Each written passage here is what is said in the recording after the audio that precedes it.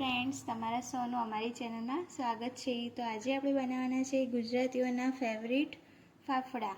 તેના માટે ચણાનો લોટ લીધો છે, તેલ, મીઠું, ખાવાનો સોડા અને અજમો। તો સૌપ્રથમ આપણે લોટ બાંધી લઈશું। સૌપ્રથમ આપણે એક વાટકામાં પાણી લઈશું, તેમાં આપણે સ્વાદ પ્રમાણે મીઠું નાખીશું, ખાવાનો સોડા છે તે નાખીશું અને તેલ નાખીશું। હવે તેને બરાબર આપણે હલાવી લઈશું।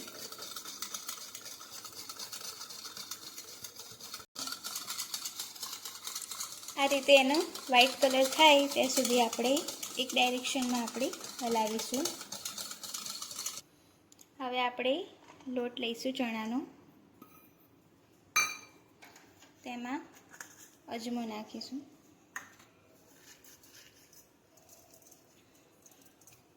હવે આપણે જે આ પાણીનું મિશ્રણ બનાવ્યું છે તેનાથી જ આપણે લોટ બાંધવાનો છે। તે જરૂર પ્રમાણે રેડતા જઈશું અને લોટ બાંધીશું। આ લોટ બહુ ઢીલો નથી કરવાનો, કઠણ રાખીશું થોડું।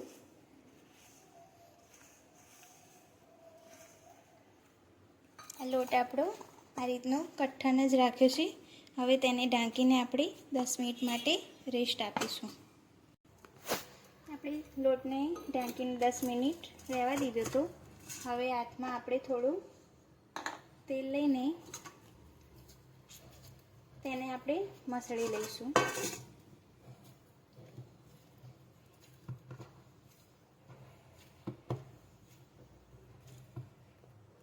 જો આ રીતે આપણે મસળ્યો છે લોટ, એટલે આ રીતે સ્ટ્રેચી જેવો થાય, રબર જેવો, એટલો આપણે લોટ રાખવાનો છે। હવે તેને એક નાનું લુવું લઈ લઈશું। આ રીતે આપણે લુવું લીધું હતું અને હાથની મદદથી, હથેળીથી આપણે ધીમે ધીમે એને ખેંચીશું અને વણી લઈશું।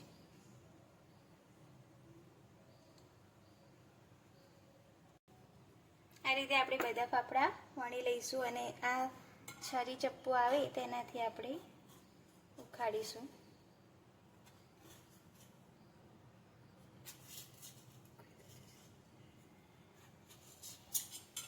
તો તમે જોઈ શકો છો આપણો ફાફડો એકદમ રેડી છે। હવે તેલ ગરમ કરવા મૂકી દીધું છે, આપણે તેમાં તળી લઈશું। તેલ આપણું ગરમ થઈ ગયું છે, તેમાં ફાફડાને તળી લઈશું।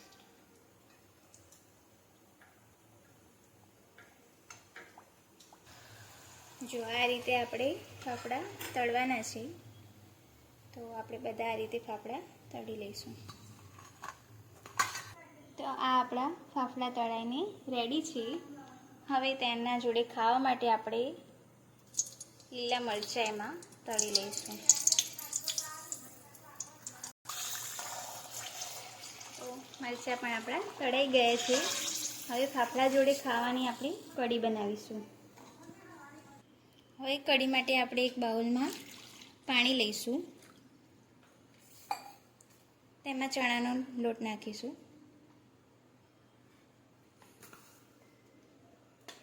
થોડી હળદર નાખીશું, સ્વાદ પ્રમાણે મીઠું નાખીશું અને તેને બરાબર હલાવીને મિક્સ કરીશું। આમાં આપણે છાશની જરૂર નહીં પડે, પાણીની જ બને। આપણું કઢીનું મિશ્રણ તૈયાર છે। હવે એનું વઘાર કરીશું। વઘાર માટે આપણે એક તપેલીમાં તેલ નાખીશું,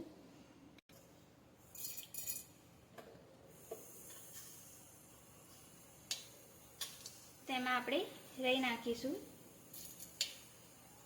રાઈ ફૂટે પછી તેમાં આપણે થોડું જીરું નાખીશું, હિંગ નાખીશું, મીઠા લીમડાના પાન નાખીશું અને લીલા મરચાં નાખીશું।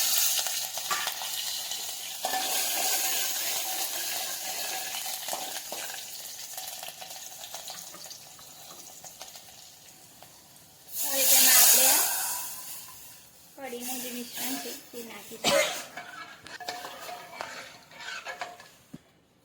હવે તેમાં આપણે ગોળ નાખીશું.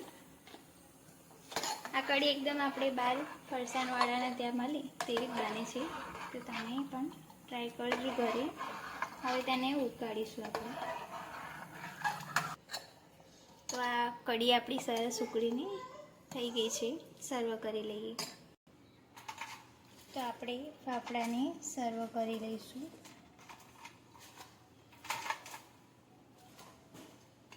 દશેરા ઉપર ફાફડા બધા ખાતા હોય છે, તો તમે પણ ઘરે બનાવીને ટ્રાય કરજો. એકદમ બહાર જેવો જ સ્વાદ આવે છે. તો આપણા ગરમા ગરમ ફાફડા કઢી અને મરચાં સાથે સર્વ કર્યા છે. તો તમને અમારી રેસીપી કેવી લાગી તે કોમેન્ટ. અમારી ચેનલને લાઈક, શેર, સબસ્ક્રાઈબ કરવાનું ભૂલતા નહીં.